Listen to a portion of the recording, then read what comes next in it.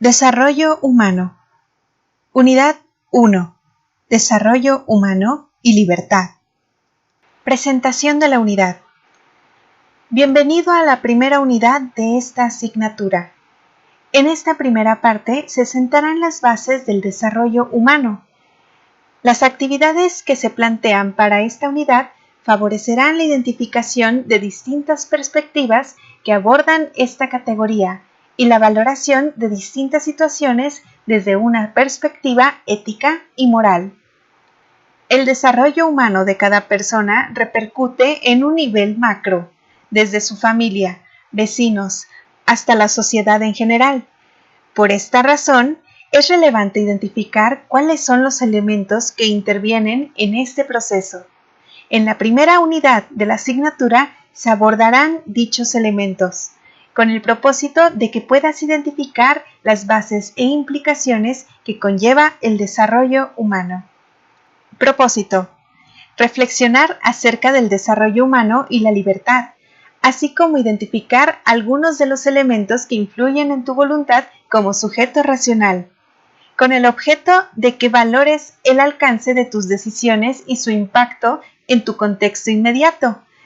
Para ello examinarás algunas situaciones de la vida cotidiana que seguramente te serán familiares. Competencia específica. Analiza los elementos que intervienen en la justificación de todo acto, así como sus posibles valoraciones, por medio del estudio de distintos contextos y sus consideraciones particulares. ¿Sabías que el hombre es un ser social por naturaleza? El hombre es un ser social. Su carácter social es inherente a su naturaleza y se deriva tanto de su condición corpórea como de su carácter racional. Su condición corpórea es precaria, pues no posee los medios o recursos suficientes para subsistir por sí solo, y puede conocer y aceptar el orden social porque es racional. La sociedad está integrada por personas. Estas conocen y aceptan el orden social y son capaces de descubrir el fin de lo social y de colaborar por conseguir el bien común.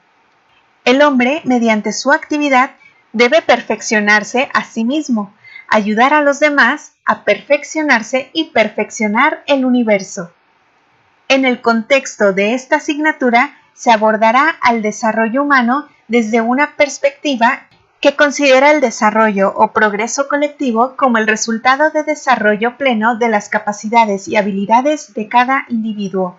Es decir, se antepone el desarrollo personal antes de que cada sujeto, como ente social, pueda potenciar su contribución al progreso desde distintos campos de acción. La Organización de las Naciones Unidas, ONU, señala que el desarrollo humano es mucho más que el crecimiento o caída de los ingresos de una nación. Busca garantizar el ambiente necesario para que las personas y los grupos humanos puedan desarrollar sus potencialidades y así llevar una vida creativa y productiva conforme con sus necesidades e intereses. La gente es el centro del desarrollo, pues son las mismas personas las que pueden construir las condiciones para que el desarrollo humano de todos y todas sea posible. El desarrollo de la gente, por la gente y para la gente. Para lograr lo anterior, es indispensable que el ser humano se concientice de sus potencialidades mediante procesos de autorreflexión, crecimiento, humanización y conquista de la libertad, a través de la inteligencia, el fortalecimiento de la voluntad y de participar en la mejora de su calidad de vida. Cabe mencionar que el desarrollo personal implica a su vez un respeto al derecho y desarrollo de los demás individuos. Por lo general, es conveniente identificar qué elementos intervienen en la búsqueda del desarrollo humano. Libertad, facultad inherente a todo ser humano. La libertad es una facultad propia del hombre, por lo tanto, todo hombre es libre. La libertad es la modalidad de la voluntad por la cual ésta se determina a sí misma, a elegir un bien particular o dejar de hacerlo. Cabe señalar que el hombre actúa de diversas formas según pueda regir su acción o simplemente padecerla. El hombre tiene diferentes actos como digerir los alimentos, bombear la sangre, oxigenarla, soñar, dormir, etc., los cuales son ajenos a su control voluntario y por tanto son actos involuntarios. También es capaz de realizar actos voluntarios como comer pastel, decidirse a matar una serpiente, querer dar a otro su derecho o atender una explicación. Los actos humanos son acciones sobre las que el sujeto ejerce control por sí mismo, a diferencia de los seres irracionales que tienden al fin por un apetito natural, instinto. El hombre posee la capacidad de gobernarse a sí mismo, esto es, de concluir libremente sus acciones hacia el fin que él mismo se propone. La característica principal del acto humano es ser libre. La libertad consiste en el dominio que el hombre ejerce sobre sus propios actos, en orden a su auténtico bien. La libertad deriva de la razón y de la voluntad, y reúne a ambas en su acto. Entonces, un acto, para ser libre, debe ser razonado y voluntario. Los actos humanos son aquellos que proceden de la voluntad deliberada del hombre, es decir, los que él realiza con conocimiento y libre voluntad. En ellos interviene primero el entendimiento, porque no se puede querer o desear lo que no se conoce. Con el entendimiento, el hombre advierte el objeto y delibera si puede y debe tender a él o no. Una vez conocido el objeto, la voluntad se inclina hacia él, porque lo desea o simplemente lo rechaza y se aparta de él. Solo cuando interviene el entendimiento y la voluntad, el hombre es dueño de sus actos y por tanto plenamente responsable de ellos. Por lo que solo en los actos humanos puede darse valoración o juicio moral. Todo aquello es posible gracias a la inteligencia de la que está dotado el hombre, y que es aquella característica fundamental que lo distingue de los animales, y lo hace ser humano. El comportamiento voluntario del hombre y la sociedad se llama moral del individuo o de los grupos sociales. Ningún hombre escapa a la moralidad. Todos sus actos libres tienen una calificación moral positiva o negativa. Existe como consecuencia un criterio científico capaz de determinar la conducta moral por medio de principios universales y necesarios aplicables a todos los seres humanos en cualquier época y latitud. Así la moral deja de ser un tópico o una cuestión de apreciación subjetiva para constituirse en un orden científico que procede por demostraciones rigurosas. Y de eso se encarga la ética. La moralidad es un accidente propio del acto humano. Se trata de una ordenación natural al bien último del ser humano. Con ello, el acto humano se califica de moralmente positivo si se ordena al fin último del hombre y moralmente negativa si no se ordena a él. Razón y libertad. Ser libre no significa hacer todo lo que se quiere. Una persona es plenamente libre cuando es capaz de elegir, después de analizar detenidamente lo que más le conviene, tomando en cuenta las limitaciones que tiene, así como las consecuencias, tanto buenas como malas, que acarrearán sus acciones. Los actos del ser humano, al ser libres, implican el tener que asumir la responsabilidad de los resultados que conllevan. En ocasiones, los seres humanos tomamos decisiones de las que nos arrepentimos más tarde. Para ejemplificar, imagina que un o una compañero de tu grupo tiene un mal día y decide desquitarse al entrar al aula virtual. Durante el tiempo que esté conectado será descortés y describirá lo que le venga en gana, sin seguir las reglas de convivencia. Como consecuencia de sus actos, probablemente obtendrá una amonestación de su docente, perderá la confianza de los demás y obtendrá un bajo aprovechamiento. Posteriormente, desilusionará a quienes creían en él o ella, y con ello disminuirá su autoestima. perdiendo finalmente el interés por concluir sus estudios y abandonando su carrera. Se trata de un ejemplo un tanto extremo, aunque ayuda a demostrar hasta qué punto la razón y libertad se relacionan. ¿Puedes deducir por qué? Actuar al margen de la razón o ignorar que los actos tienen consecuencias y que de uno mismo dependen los resultados puede ser desfavorable. Sin embargo, algunos lo hacen de vez en cuando. Por ejemplo, el alumno que debe estudiar para un examen al día siguiente y decide ir a una fiesta.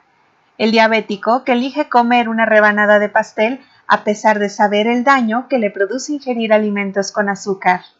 El joven que empieza a fumar a pesar de comprender que la nicotina es altamente dañina. Actuar a partir de los impulsos inmediatos, sin razonar, trae consecuencias no deseables. En este sentido, la libertad, orientada por la razón, permite lograr los mejores resultados en todo aquello que se emprende. Aunque a veces hay excepciones, en ocasiones se actúa con base en aquello que se considera acertado, y aún así se obtienen malos resultados. Una madre de familia, por ejemplo, golpea a su hijo con el afán de inculcar en él disciplina y el orden. ¿Puede eso llamarse auténticamente razonable? Tal vez esta persona así lo cree.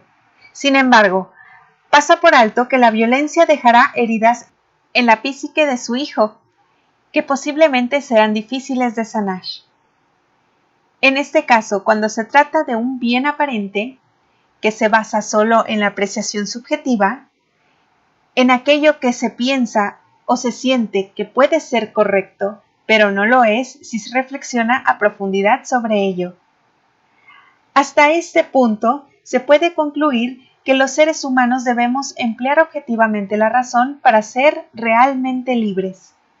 Sin embargo, la fórmula no es tan sencilla, ya que lo que se considera razonable depende de muchos factores. Por otro lado, es necesario señalar que la libertad se ve restringida por las situaciones que nos determinan, es decir, que nos limitan al decidir entre una acción u otra. Una de las preguntas que ha acompañado al hombre a lo largo de la historia es si realmente existe la libertad. ¿Cuántas veces tenemos que hacer cosas que no deseamos o dejar de hacer aquello que queremos? ¿Podemos decir, en tal caso, que somos libres? Sin duda, hombres y mujeres estamos determinados por las condiciones en las que vivimos, así como por nuestras propias necesidades orgánicas. Sin embargo, ello no quiere decir que no exista la libertad. Ética y moral.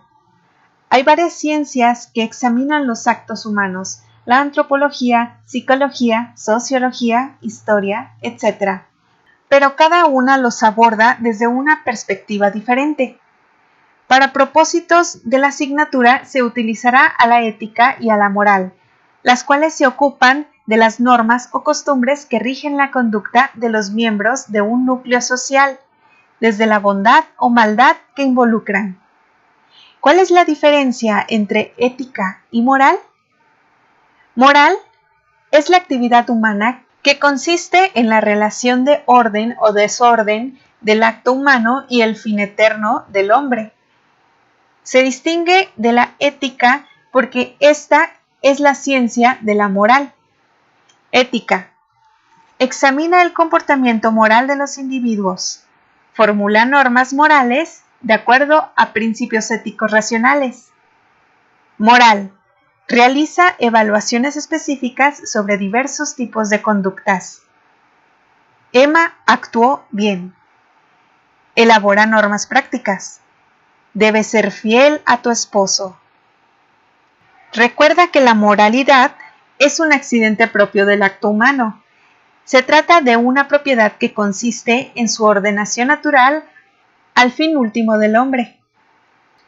El acto humano se califica de moralmente positivo si se ordena al fin último del hombre y moralmente negativo si no se acerca a él.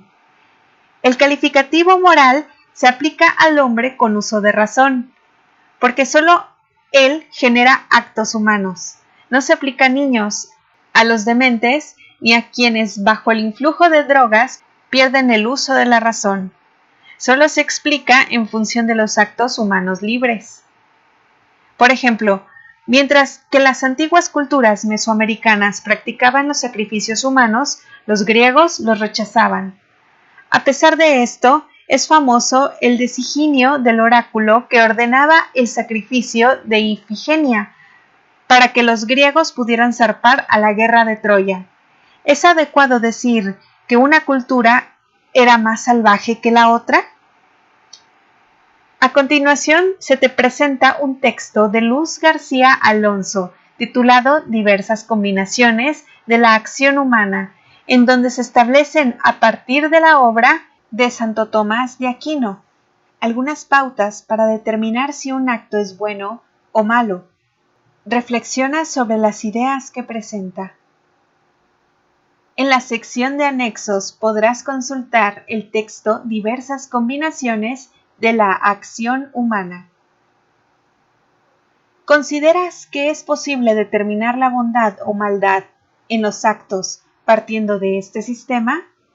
Para responder esta pregunta, piensa en una situación de tu vida donde apliques alguna de las combinaciones descritas, emitiendo al final un juicio moral sobre esta. Fuentes de la moralidad. La dimensión moral del acto voluntario está constituida por tres elementos: objeto, fin y circunstancias. El objeto es el que señala el fin propio de la obra, como el robo del acto de robar. Su especie es el elemento esencial del acto humano. Puede ser bueno, indiferente o malo. El fin señala la intención del sujeto que obra, como robar por venganza. Es el elemento principal del acto humano. Puede ser bueno o malo, nunca indiferente. Para ser bueno exige estar orientado al fin último de toda la vida humana, al bien honesto. Las circunstancias señalan los elementos accidentales que rodean al acto voluntario. Pueden referirse a las circunstancias clásicas: qué, cómo, con qué, con quién, dónde, cuándo. Las circunstancias pueden ser buenas, malas o indiferentes. Es muy diferente vestirse con el objeto de cobijar o proteger el cuerpo, a comprar zapatos compulsivamente con el fin de satisfacer la avaricia, como lo hizo Imelda Marcos, quien acumuló centenares de pares de zapatos cuando fue primera dama, a pesar de que gran parte de la población filipina se hundía en la pobreza extrema debido a la crisis económica. Su objeto era la adquisición de zapatos de forma innecesaria. Su fin, poseer cada vez más. La circunstancia en que se dio este hecho fue la pobreza de su pueblo. Por tanto, se puede decir que el acto fue malo. Es conveniente precisar que las circunstancias generalmente le dan cierto grado a la bondad o maldad objetiva de los actos. No es lo mismo robarle 100 pesos a un hombre rico que los va a usar para comprar unos cigarros, que a un pobre que solamente tiene esa cantidad para pagar el tanque de oxígeno de su madre que está enferma de los pulmones. La última situación es algo más grave, pues implica poner en peligro la vida de una tercera persona. Además, que el primero tiene como atenuante el impedir que el hombre compre cigarros. Cierre de la unidad.